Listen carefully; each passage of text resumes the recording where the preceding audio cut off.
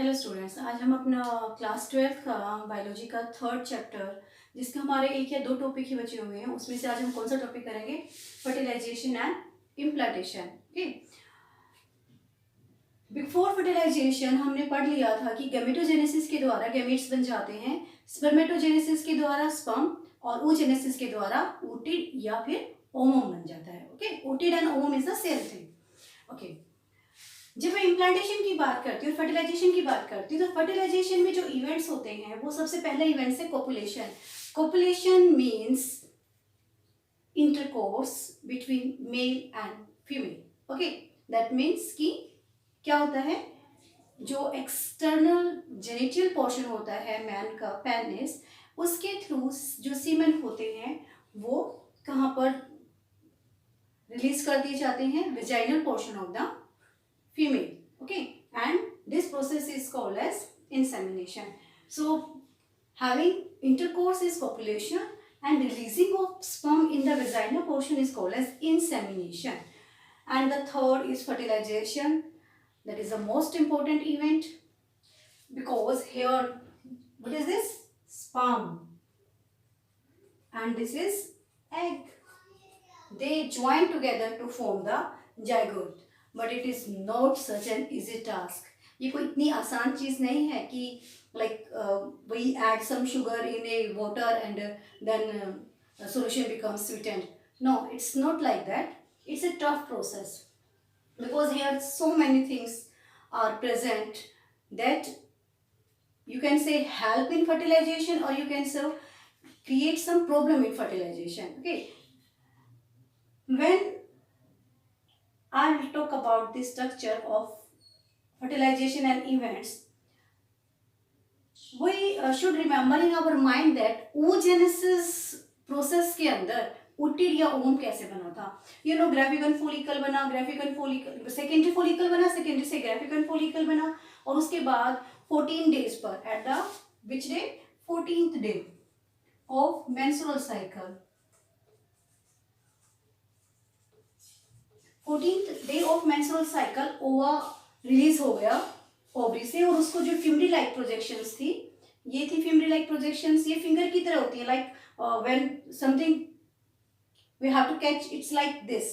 Okay, तो ये जब ओवा यहाँ से रिलीज हुआ तो इन फिंगर लाइक प्रोजेक्शन है, जिनका नाम फिमरी है, इनको इसने क्या कर लिया? कैच कर लिया, और कैच करने के बाद इसको एम्पुला रीजन की तरफ रिलीज कर दिया। ओके, ये वो पोर्शन है। अगर आप ये एग्जैक्ट ये कहेंगे कि फर्टिलाइजेशन कहाँ होती है, तो ये एम्फुला और ये इस्थमस, ये दो पोर्शन ऐसे हैं जिनके इन बिटवीन फर्टिलाइजेशन होती है। Exact, you can't say that is ampulla portion, और you can't say that is isthmus portion. In between you can say end of ampulla और स्टार्टिंग ऑफ एम्फुला।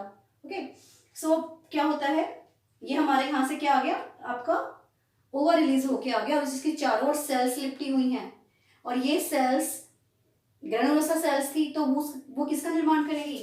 आप ये मान के चलिए कि ये हमारा ओवम है, इसके बाहर, जो सबसे बाहर, इसके बाहर just immediate outside the cytoplasm of the egg, this is called as zona pellucida. और इसके बाहर जो सेल्स बिखरी हुई हैं, ये है आपकी what? Corona radiata. Corona radiata,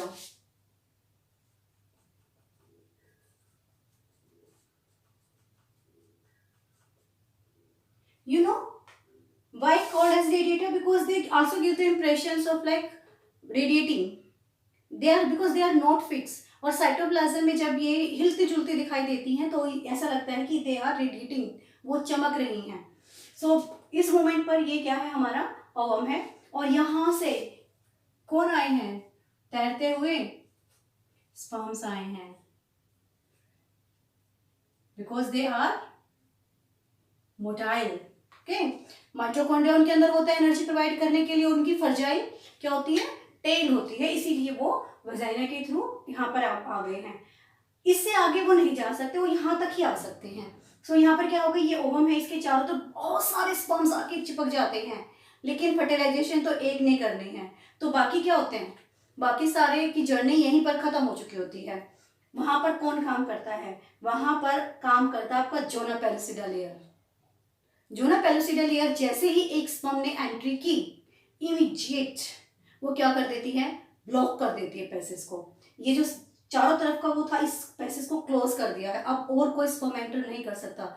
अगर और कोई स्पर्म एंटर करेगा तो दैट मीन्स वहां पर या तो ट्विंस फॉर्मेशन होगी या समथिंग डिफरेंट चेंज होगा। बट हमारा जो फर्टिलाइजेशन का जो इवेंट था वो क्या होगा, जब एक स्पर्म एंटर किया, इमीडिएट जोना पेलुसिडा ने जो पैसेज है उसको क्या कर दिया, क्लोज कर दिया। अब फर्टिलाइजेशन बन गई, फर्टिलाइजेशन के बाद आपका बना जाइगोट। और जाइगोट क्या होगा, ये अगर मैं ये कहती हूँ ये जो स्पर्म है ये आपका हैप्लॉइड था, एग आपका हैप्लॉइड था, ये आपका क्या होगा, ये आपका डिप्लॉइड होगा। जाइगोट ऑलवेज डिप्लॉइड, बिकॉज इसके पास इसका साइटोप्लाज्म भी है और डीएनए है, इसका साइटोप्लाज्म एंड डीएनए है, तो दोनों का मिक्स होकर क्या बचाएगा आपका जाइगोट, जो कि डिप्लॉइड इन नेचर होता है। उसके बाद डिवीजन शुरू होती है एक्चुअल मायने में। ये डिवीजन में क्या होता है, जाइगोट जो सिंगल सेल होता है उससे क्या बनता है, 2 सेल, फिर 4 सेल, देन 8 to 16 क्या बनता है, मोरुला। ओके, मोरुला वर्ड कहाँ से आया है, मोरुला आपने अगर देखा होगा तो मलबरी लीव्स जो होती हैं उस पर, मलबरी जो प्लांट है उसके ऊपर एक फ्रूट लगता है, वो मोरुला शेप होता है, इसीलिए इसका नाम मोरुला दे दिया है। ये 8 to 16 स्टेज में आता है। उसके बाद बनता है आपका ब्लास्टोमियर। ब्लास्टोमियर बनने के बाद जब ब्लास्टोसिस्ट की बारी आती है तो यहाँ पर कुछ सेल्स होती हैं जो कि क्या हो जाती हैं, चारों तरफ फैल जाती है, उसको बोलते हैं ट्रोफोब्लास्ट, और उसी के अंदर इनर सेल मास बन जाता है। हालांकि बात की बात है, जब हम ये आगे अभी करेंगे प्रेगनेंसी के टाइम पर कि क्या क्या होता है, तो ये जो ट्रोफोब्लास्ट है अंदर इनर सेल मास पड़ा हुआ है, बाद में यही आपकी 3 जर्मिनल लेयर्स का निर्माण करती हैं, एक्टोडर्म और एंडोडर्म, और उन दोनों के बीच में कौन सी बनती है, मेसोडर्म। ओके, उसके बाद ये जो ब्लास्टोमियर था, ब्लास्टोसिस्ट था, ये आगे फर्दर आया और अटैच हो गया। अब देखिए ये वो पोर्शन है, ये वो पोर्शन है, ये जहां पर कौन अटैच हो गया, ये ब्लास्टोसिस्ट। और ये कब तक अटैच रहता है, जब तक कि क्या नहीं होती, पार्चुरेशन, बर्थ नहीं हो जाता। 9 मंथ्स का जो गैप पीरियड होता है, गेस्टेशन पीरियड जिसको हम बोलते हैं, वो यहाँ पर अटैच रहता है। इसके चारों तरफ प्लेसेंटा बन जाता है, वो हमारा नेक्स्ट टॉपिक है, हम जब हम पढ़ेंगे कि कैसे पार्चुरेशन और वो होता है, वो सारा की फंक्शन ऑफ प्लेसेंटा क्या है, क्या क्या रोल होता है, किस तरीके से बनता है। और आप मानेंगे कि ये जो फीटस यहाँ बनेगा और ये जो लेयर है, इनके बीच में इंटरडिजिटेड कनेक्शन होता है। इंटरडिजिटेड इज लाइक क्रॉसिंग, मतलब आप ये समझिए कि हवा पास भी नहीं हो सकती है। ओके, ये प्लेसेंटा होता है। अगर मैं आपको अब इस डायग्राम के अंदर जो जो चीज़ें हमारी यूज़ हुई हैं उनका अगर मैं आपको एक फंक्शनिंग के टाइप में बताती हूँ, तो सबसे पहले है रोल ऑफ जोना पेलुसिडा। तो आपको पता चल गया रोल ऑफ जोना पेलुसिडा क्या है। When one sperm enter for fertilization, then it blocks the passage. Then role of acrosome. Acrosome क्या है, acrosome आपको पता है स्पर्म के ऊपर जो हेड है उसके बाहर लेयर है, तो ये क्या करता है, ये ऐसे एंजाइम सिक्रीट करता है जो कि किसके साथ मिल जाते हैं, यहाँ पर एग की आउटर लेयर के साथ मिक्स करके और डिसोल्व कर देते हैं ताकि एंट्रेंस उसको मिल सके। फिर आता है आपका fertilization site. Fertilization site I have already mention here that ampulla और इस्थमस आपकी क्या है, फर्टिलाइजेशन साइट है। देन ब्लास्टोमिया, जब जो सेल्स होती हैं मोरुला स्टेज के बाद जब सेल्स अरेंज्ड हो जाती हैं inside the but inside is spherical ball like structure, this is called as a blastomere. उसके बाद मोरुला 8 to 16 स्टेज को हम बोलते हैं morula stage. Then blastocyst, when blastomere has a cavity, okay, this is called as blastocyst. And then trophoblast, these are the layers that form inside a blastocyst that in future with help of inner cell mass join together to form your 3 germinal layer, ectoderm, endoderm and mesoderm. So this is the whole structure about the fertilization and implantation. Hope you enjoy the lecture and